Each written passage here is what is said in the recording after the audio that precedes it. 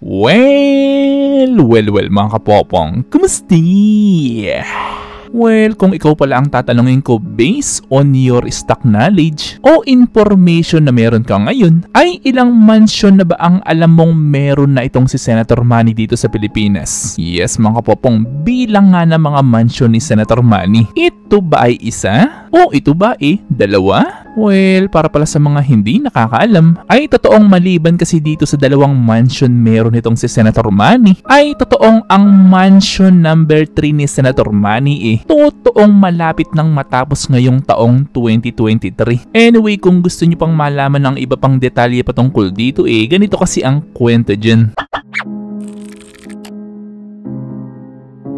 Well, para pala sa mga hindi nakakaalam, ay actually ang isa kasi sa mga medyo nakakashock na comment na aking nabasa kahapon itong katanungan sa kung totoo daw ba na itong sina Senator Manny at itong si Ma'am Jinky hiwalay na ba talaga? Which is noong mabasa ko naman itong katanungan na ito ang bigla agad na pumasok sa aking isipan ay saan nga ba nila nakuha itong impormasyon na ito na hiwalay na itong dalawa? Pero alam niyo ba ang resulta ng aking pagsasaliksik patungkol dito sa issue na ito? Well, ito lang naman nagsimula pala ito sa ilang mga bagong videos na ka-upload pa lang sa internet halos ilang araw o ilang linggo pa lang ang nakakaraan. At ngayon pa lang mga kapopong isasabihin ko na sa inyo na itong mga videos na kumakalat na hiwalay na itong dalawa na ito isang malaking walang katotohanan. Papaano ba naman maghihiwalay itong dalawa na ito Di ba itong dalawa na nga na ito ang nag-post na matatapos na ang mansion number 3 nila sa Davao? Anyway, ipakita at pag-usapan na lang natin itong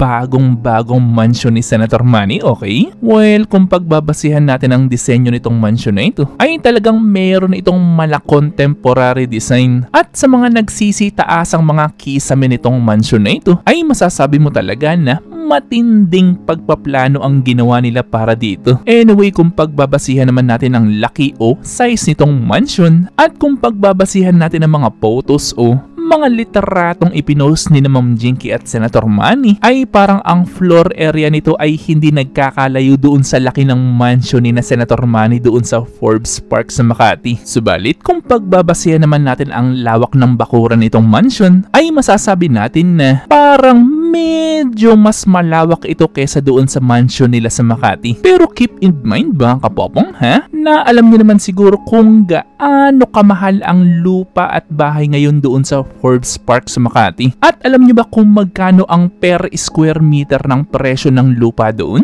Well, huwag kayo magugulat dahil ito lang naman nagre-range from 300,000 pesos up to 550,000 pesos per square meter. So, ibig sabihin kung bibili ka for example ng halos 100 square meter using the presyong aking nabanggit, ay maghanda ka na agad ng halos 30 million pesos up to 55 million pesos kung gusto mong magkaroon ng lupa sa Forbes Park sa Makati. Na remember mga kapopong na 100 square meter pa lang yung pinag-uusapan natin na yan, which is kung halos 2,000 square meters naman ang kinatatayuan ng mansion ni Senator Manny doon, ay huwag na kayo magtaka kung ilang daang milyong piso ang halaga ng lupa pa lang ng mansion ni Senator Manny na ito. Well, kaya't huwag na kayo magtaka na kung nabalitaan nyo rin na ang worth o halaga ng bahay ni Senator Manny na ito halos 2.3 billion pesos na ngayon. Yes mga kapopong, 2.3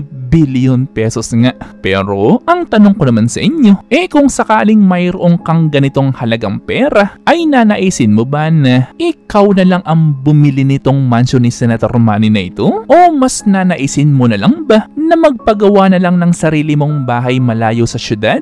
Anyway, kung sakali man na mabenta nga ni Senator Manny itong mansion nila, ay actually instant good deal talaga ito dahil napabalita na 388 million pesos ang bili nila dito. At syempre kasama pa dito yung ginastos nila for renovation nitong kanilang tahanan. Pero gaya nga ng sinabi ko sa inyo kanina, which is sa presyong 2.3 billion pesos, ay mas maganda na lang siguro na magpagawa ng sariling bahay dahil makakapag-design ka pa ng sarili mong disenyo based on your kagustuhan. Well, tulad nga ng kulay ng bahay, tulad tulad ng mga design ng walls, tulad na nga ng mga design ng mga parking lot, at kung ano-ano pang disenyo na gusto mong gawin sa iyong pinapagawang bahay, which is doon naman sa matatapos ng mansion number 3 ni Senator Manny sa Davao, ay ito na agad ang isang konkretong ebidensya na yung mga kumakalat na balita noon na maghihirap daw itong si Senator Manny dahil sa pagtakbo niya sa pagkapresidente ang mga ito wala talagang katotohanan. At ang pinaka-reality kasi na dapat nyong malaman ngayon ay matalino naman talaga itong si Senator Manny pagdating sa pera, kahit hilig pa niyang mamigay ng pera, na baka pa nga ang ilan sa mga ipinamimigay na pera ni Senator Manny baka earnings pa nga lang ito ng ilang negosyo meron siya dito sa Pilipinas. Well, ganyan talaga kabait itong senador na ito. Anyway, dumako na agad tayo sa conclusion ng video na ito. Well, ang kagandahan kasi dito kay Senator Manny ay na-realize niya na kasi ng mas maaga kung papaano niya pahahalagahan ang mga kinikita niyang pera sa boxing. Na remember mga kapopong mayroong mga gawain o mga bisyo itong si Senator Manny noon na hindi talaga maganda for his financial life. At kung hanggang ngayon na ipagpatuloy pa niya ito, ay baka natulad rin siya dito kay Mike Tyson na from $300 million up to $400 million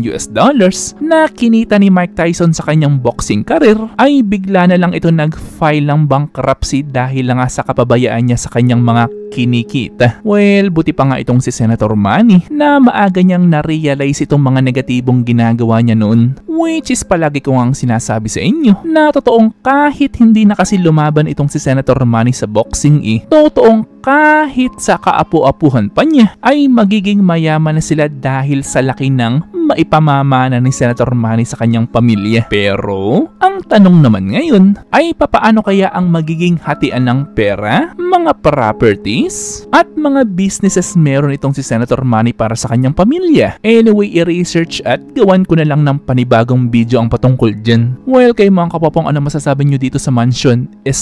Mga mansion meron itong si Senator Manny? Well, syempre gusto ko malaman yan, so i-comment lang yan sa baba. Ito ay aking babasahin ng personal at pupusuan. At syempre kung may nalaman o natutunan ka sa video, matay mag-subscribe ka naman. At nandito na yung inyong mga shoutouts. At kayo rin mga kapopong, kung gusto nyo rin magpa-shoutout o mag-request ng video, ay i-comment lang yan sa baba.